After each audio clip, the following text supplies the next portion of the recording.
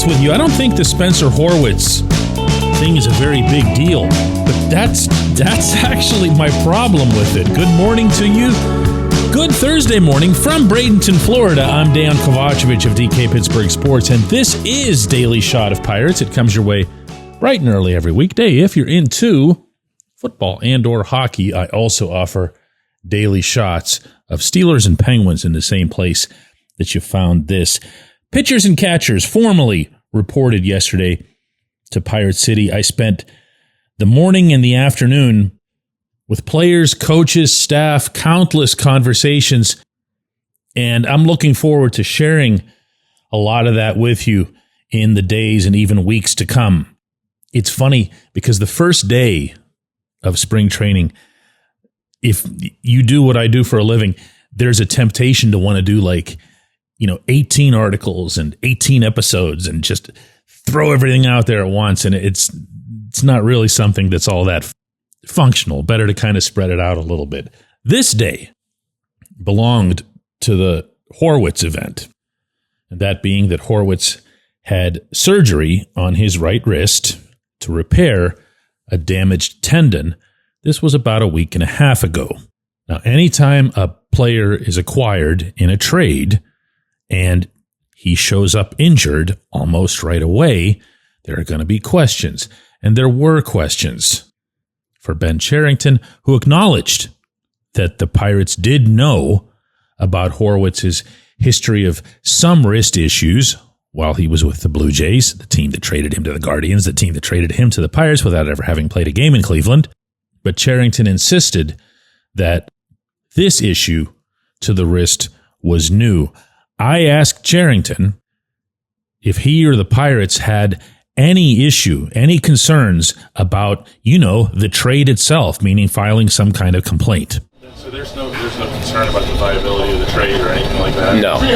This is very clear to us, based on the information we got from Dr. Graham, that what happened that led to the surgery is new since the trade. It's frustrating and a setback, but it's new information. Do you consider it to be a fairly routine procedure as opposed to one where you just don't know, because those can be tricky things? Sure. I'm going to lean on what Dr. Graham has told us, and he is really optimistic and confident coming out of the surgery that he feels like it went really well, and that Spencer should be back doing baseball stuff, at some point during spring training, and certainly with a chance to contribute in 2025. We're not going to put a timeline on that right now. We need to take it a day at a time.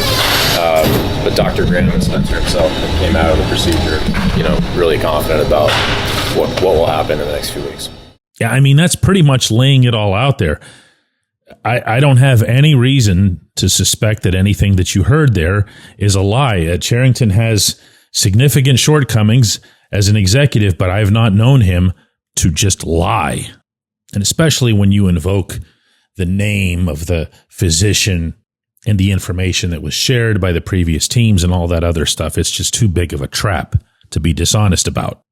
Now, that said, I think it goes without saying that if you're going to acquire a player that you expect to be a fairly significant piece of your lineup, I wouldn't overstress that, and you give up someone from your starting rotation, the most valuable commodity in the industry, that being in the form of Luis Ortiz, who was very much respected within this clubhouse, and that was reiterated by a couple of guys yesterday.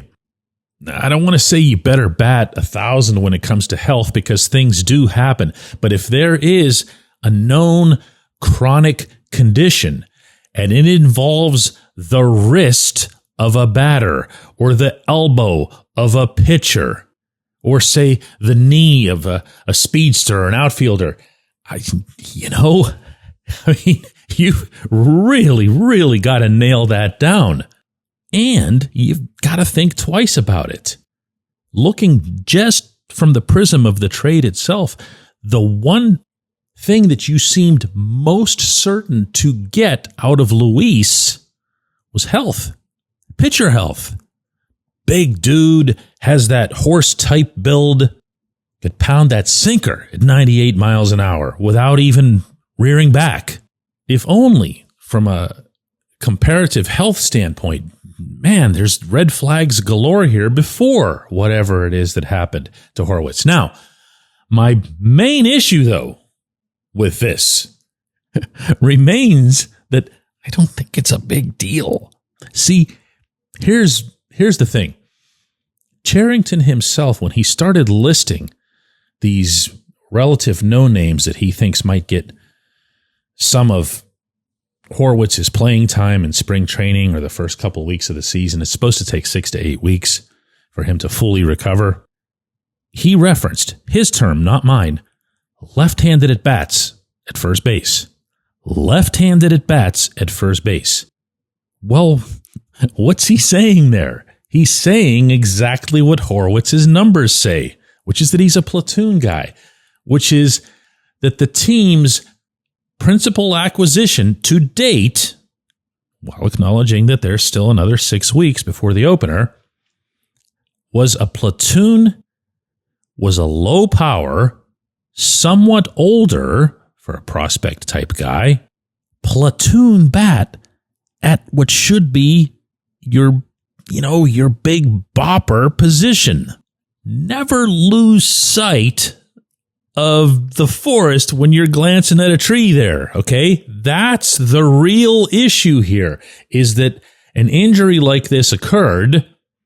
There was some components to this that make for a, compelling controversy sounding debate, but this was it. This was it so far for their offseason. And that's the part that's not okay. When we come back, J1Q.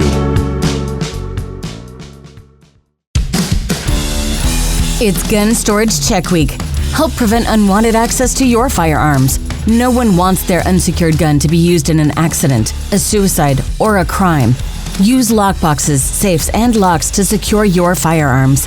Learn more at gunstoragechek.org. That's gunstoragechek.org. Brought to you by NSSF, the Firearm Industry Trade Association.